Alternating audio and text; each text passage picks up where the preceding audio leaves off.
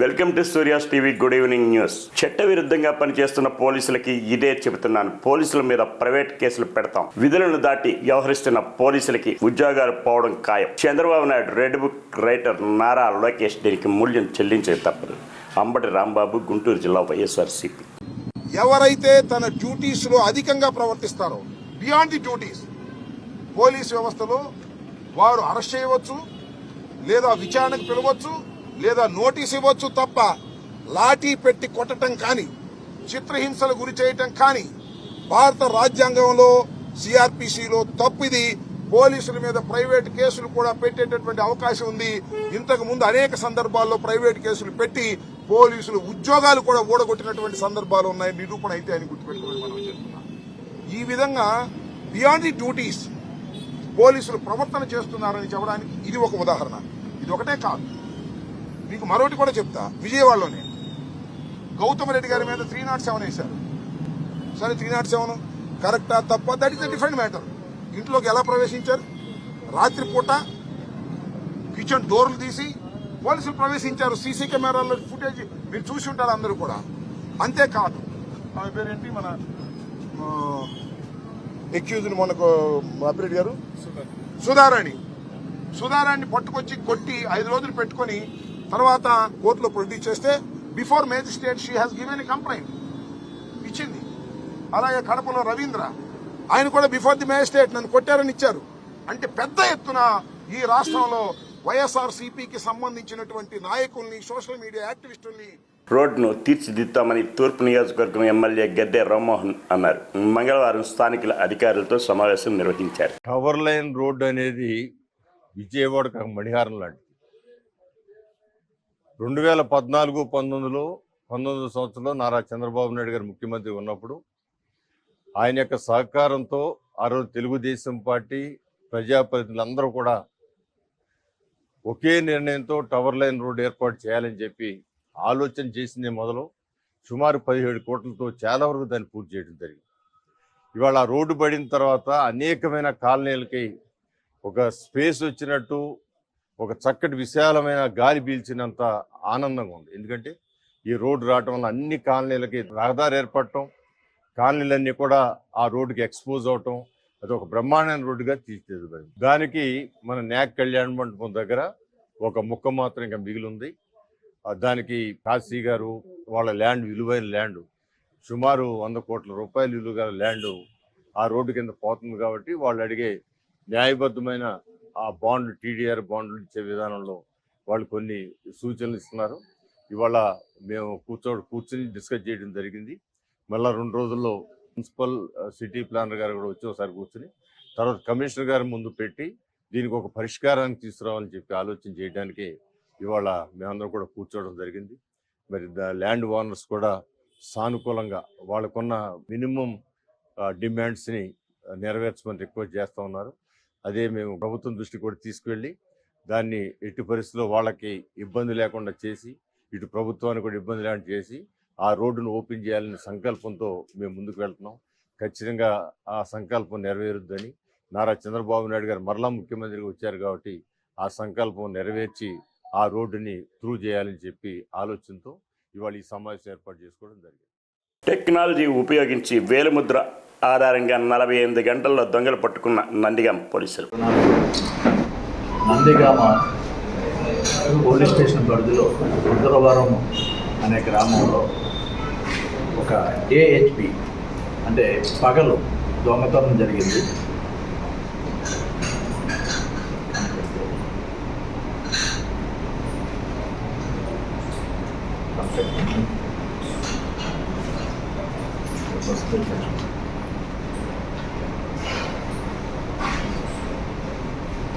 పసుపులేటి లక్ష్మి అనే ఆవిడ ఇంట్లో లేని సమయంలో పగలు 10:30, 11:30 మధ్యలో ఇంటికి వేసిన తాళాలు బద్దలుకొట్టి లోపల ప్రవేశించి ఇనుప బీరువా ఓపెన్ చేసి వారు దాచుకున్న క్యాష్ 40,000 అలాగే వాళ్ళ ఇంట్లో ఉంచుకున్న బంగారు నాలుతాడు సుమారు 16 గ్రామ్స్ ఉంటుంది. అలాగే ఒక చేతి ఉంగరము, ఆ బీరువా లాకర్లు బ్రేక్ చేసి అవి తీసుకొని దొంగతనం జరగడం వల్ల దానిపై Nandigama police station crime number 435/2024 దొంగతనం కేసుగా నమోదు చేసి వెంటనే సిఐ గారు, వైవిఎల్ నాయుడు గారు, ఎస్ఐ అభిమన్యు సిబ్బంది నేరస్థలాన్ని పరిశీలించి అక్కడ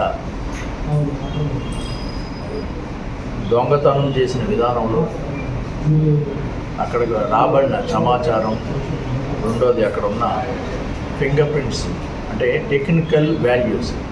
ఈ కేసును మనము ఎలాగా పట్టుకున్నామంటే టెక్నికల్ వాల్యూస్. ఇతర హైకోర్టు ఇచ్చిన ఆదేశాలతో విజయవాడ పోలీసుల ముందు హాజరయ్యానని వైసీపీ నేత గౌతమ్ రెడ్డి తెలిపారు. పాల్పడకుండా చక్కగా నీట్గా వెళ్తున్నటువంటి నా సంగతి మాకంటే ఏ రకంగానే నేను అందరితో ఎలాగ మెలుగుతున్నాను అనేది అప్పుడు ఈ రకమైనటువంటి చర్యకి పాల్పడతాను అనేటువంటిది అది సందర్భోచితం కాదు, కరెక్ట్ కూడా కాదు అనేటువంటి చెప్పి అదే విషయం పోలీసు వారికి మొత్తం మిమ్మల్ని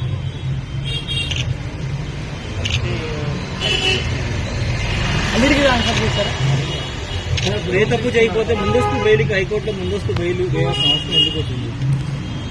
ముందస్తు బెయిల్ వేయాల్సిన అవసరం ఎందుకు వచ్చిందంటే ఇళ్ల మీద కూడా దాడి చేసి చంపేయడానికి పోలీసు వారు ఇళ్ళు ఒక్కొక్క ఇల్లు దాటుకుని వచ్చి మా ఇళ్లలో ఉండేటువంటి తలుపులు పాల్గొచ్చి కిటికీలు వాళ్ళకి లోపలికి వచ్చి అంటే దొంగలకే పోలీసు వారు మార్గం నిర్దేశిస్తున్నటువంటి పద్ధతి కనబడతా ఉంది. అది వచ్చిందంటే వీళ్ళు చంపేయడానికి నన్ను ఉన్నారు అనేటువంటి గతంలో ఉండేటువంటి ఒక సిపి గారు కూడా నన్ను హత్య చేయడానికి ప్రయత్నం చేసినటువంటి దాని ప్రకారంగానే మరలా ఇదే గవర్నమెంట్లో ఈ రకంగా చేస్తారేమో అనేటువంటి మార్గంలో నేను ముందస్తు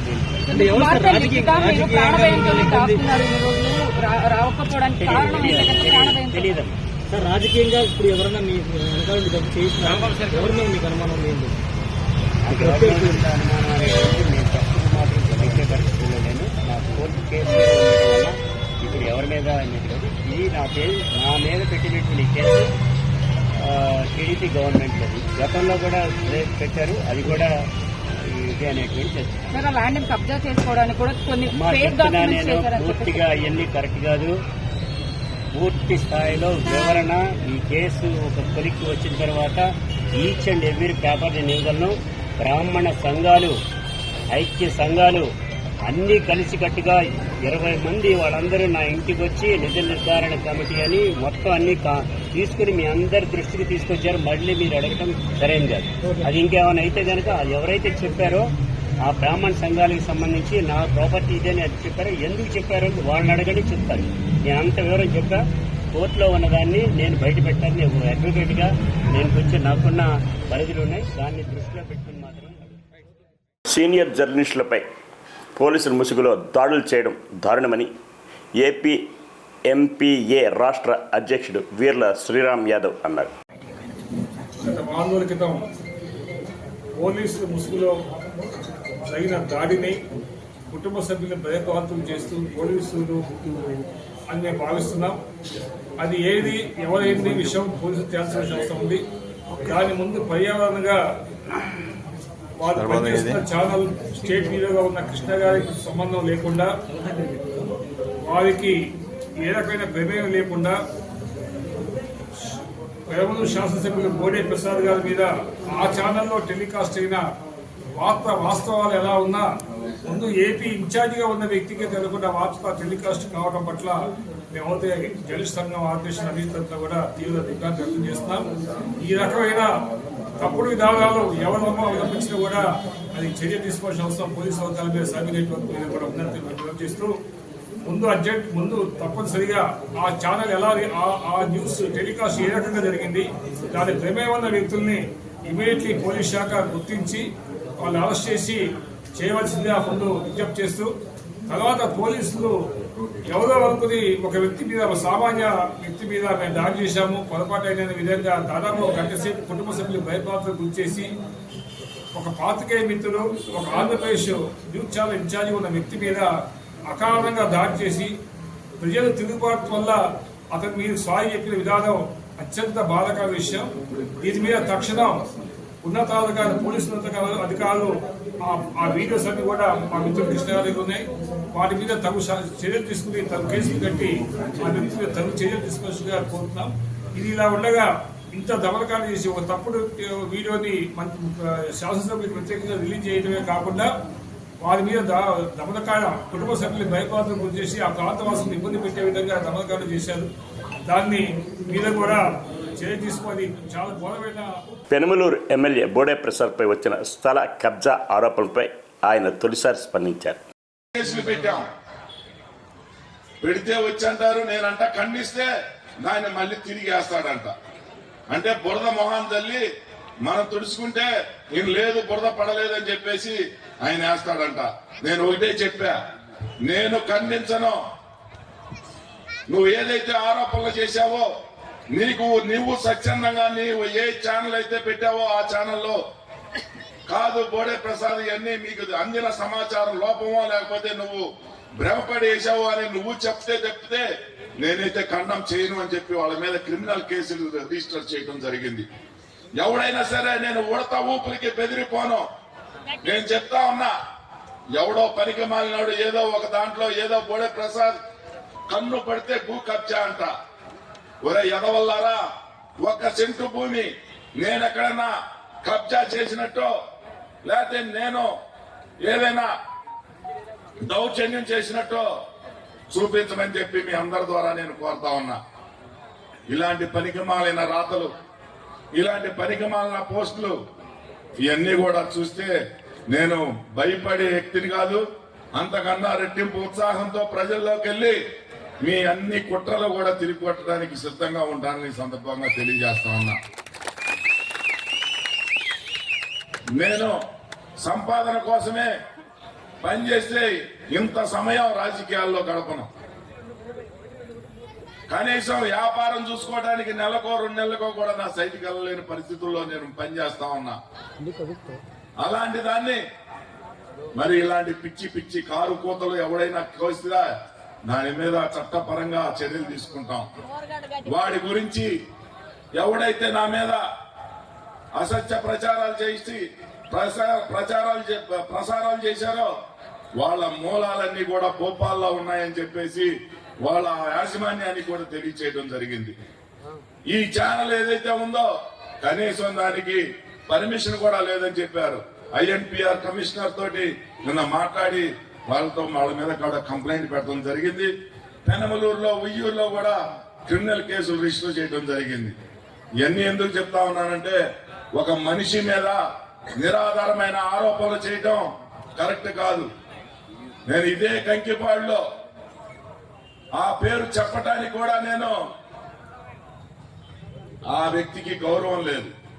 అలాంటి వ్యక్తిని ఇదే పార్టీ కార్యాలయంలో చెప్పా, గట్టిగా బుద్ధి చెప్పా. మళ్ళీ నోరు తెరవలా. ఏ మనిషికైనా సహనం అనేది ఒక కొంత అర్థం వరకే ఉంటుంది. ఆ సహనం దాటితే అది ఎంతవరకు వెళ్తుందో. ఆదానితో చేసుకున్న విద్యుత్ ఒప్పందాలు రద్దు చేయాలని విజయవాడ సిపిఎం సీనియర్ నాయకులు దుర్గారావు అన్నారు. పెంచొద్దు కరెంటు ఛార్జీలు, వద్దు స్మార్ట్ మీటర్లు, కరెంటు ఛార్జీలు పెరిగే స్మార్ట్ మీటర్లు, కరెంటు ఛార్జీలు పెరిగే స్మార్ట్ మీటర్లు రద్దు చేయాలి. ట్రూ ఆఫ్ ఛార్జీలను రద్దు చేయాలి. సర్దుబాటు ఛార్జీలను రద్దు చేయాలి. సర్దుబాటు ఛార్జీలను మాకొద్దు ఆదాని మీటర్లు, మాకొద్దు మాకొద్దు కరెంటు ఛార్జీలు పెరిగే ఆదాని మీటర్లు మాకొద్దు కరెంటు ఛార్జీలు పెరిగే ఆదాని మీటర్లు రద్దు చేయలే స్మార్ట్ మీటర్లు రద్దు చేయలే స్మార్ట్ మీటర్లు రద్దు చేయలే స్మార్ట్ మీటర్లు కరెంటు ఛార్జీలు పెరిగే స్మార్ట్ మీటర్లు కరెంటు ఛార్జీలు పెరిగే స్మార్ట్ మీటర్లు కరెంటు ఛార్జీలు పెరిగే స్మార్ట్ మీటర్లు రద్దు చేయాలి ట్రూ ఆఫ్ ఛార్జీలను రద్దు చేయాలి ట్రూ ఆఫ్ ఛార్జీలను రద్దు చేయాలి ట్రూ ఆఫ్ ఛార్జీలను పెంచొద్దు కరెంటు ఛార్జీలను పేద ప్రజలపై కరెంటు ఛార్జీలను కరెంటు ఛార్జీలను మాకొద్దు ఆదాని మీటర్లు మాకొద్దు ఆదాని మీటర్లు మాకొద్దు ఆదాని మీటర్లు ఉదయం ఒక రేటు రాత్రి రేటు ఉండే స్మార్ట్ మీటర్లు ఉదయం ఒక రేటు రాత్రి పూట ఒక రేటు ఉండే స్మార్ట్ మీటర్లు రద్దు చేయాలి పెంచుతున్న కరెంటు ఛార్జీలను పెంచుతున్న కరెంటు ఛార్జీలను డౌన్ బీజేపీ ప్రభుత్వం ఆదానికి తొత్తుగా మారిన బీజేపీ ప్రభుత్వం కరెంటు ఛార్జీలు పెంచుతామన్న చంద్రబాబు నాయుడు ప్రభుత్వం కరెంటు ఛార్జీలు పెంచుతామంటున్న చంద్రబాబు నాయుడు ప్రభుత్వం పెంచొద్దు కరెంటు ఛార్జీలు పెంచొద్దు కరెంటు ఛార్జీలు ఈ వార్తలు ఇంతటితో సమాప్తం.